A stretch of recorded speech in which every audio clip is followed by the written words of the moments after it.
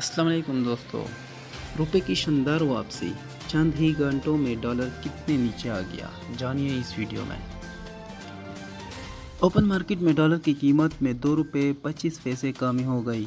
तफसीलात के मुताबिक ओपन मार्केट में डॉलर की कीमत में 2 रुपये 25 पैसे कमी हुई, जिसके बाद डॉलर दोबारा 144 रुपये का हो गया। मार्केट में तेज़ी के बाद डॉलर की कीमत में कमी हुई। याद रहे कि आज सुबह कारोबारी दिन के आगाज़ पर ओपन मार्केट में डॉलर की कीमत में 2 रुपये का इजाफा हुआ था, जिसके बाद डॉलर की कीमत 146 रुपये हो गई थी। ताहम मार्केट में तेज़ी के बाद डॉलर की कीमत दोबारा 144 रुपये की सतह पर वापस आ गई है, जबकि दूसरी जानिब इंटरबैंक में डॉलर की कीमत ताहाल मुस्तहकम है, जहां डॉलर 141 रुपये 39 पैसे पर फ़रोख्त हो रहा है।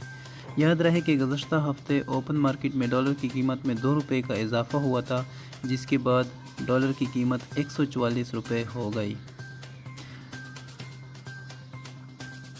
उम्मीद है आपको ये वीडियो पसंद आई होगी। If you like this video, click the subscribe button and share it. Thank you.